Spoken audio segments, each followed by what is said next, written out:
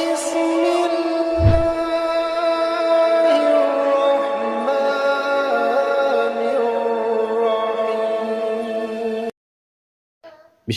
الرحمن الرحيم. Bismillahirrahmanirrahim. Assalamualaikum warahmatullahi wabarakatuh. Syukur alhamdulillah, kita masih diberi kesempatan untuk berjumpa lagi di channel ini dalam keadaan sehat walafiat. Sholawat dan salamnya semoga tetap tercurahkan kepada baginda Nabi Muhammad sallallahu alaihi wasallam. Allahumma sholli ala sayyidina Muhammad wa ala ali sayyidina Muhammad. Saya doakan bagi sahabat setia channel ini, semoga diberikan kesehatan, semoga dilancarkan rezekinya, dan semoga diberikan keberkahan umur oleh Allah Subhanahu wa taala. Amin Allahumma amin.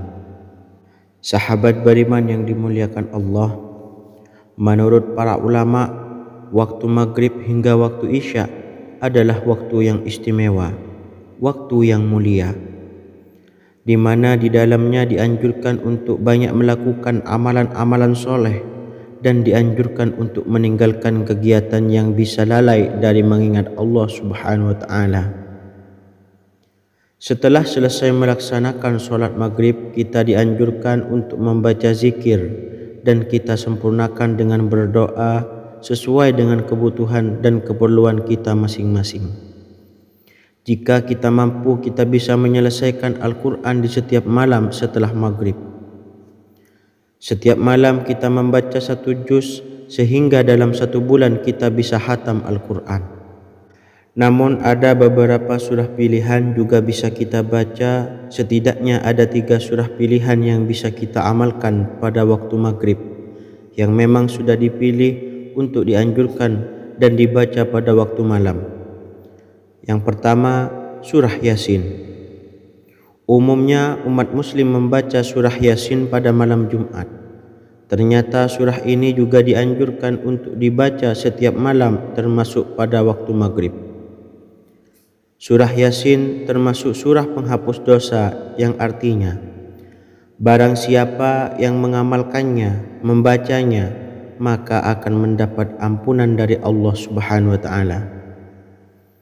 Imam Ibnu Sunni meriwayatkan hadis yang bersumber dari Sayyidina Abu Hurairah bahwa Rasulullah sallallahu alaihi wasallam pernah bersabda, barang siapa yang membaca surah Yasin di malam hari, pada keesokan harinya ia diampuni, dan barang siapa yang membaca Hamim yang di dalamnya disebutkan Dukhan atau surah Dukhan pada pagi harinya diampuni.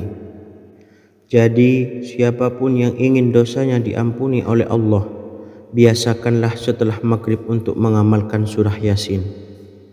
2. Surah Tabarok atau surah Al-Mulk. Amalkan surah ini pada waktu maghrib.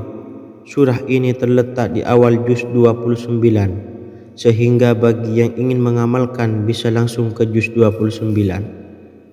Surah ini cukup masyhur dengan keutamaannya, yaitu penyelamat dari siksa kubur.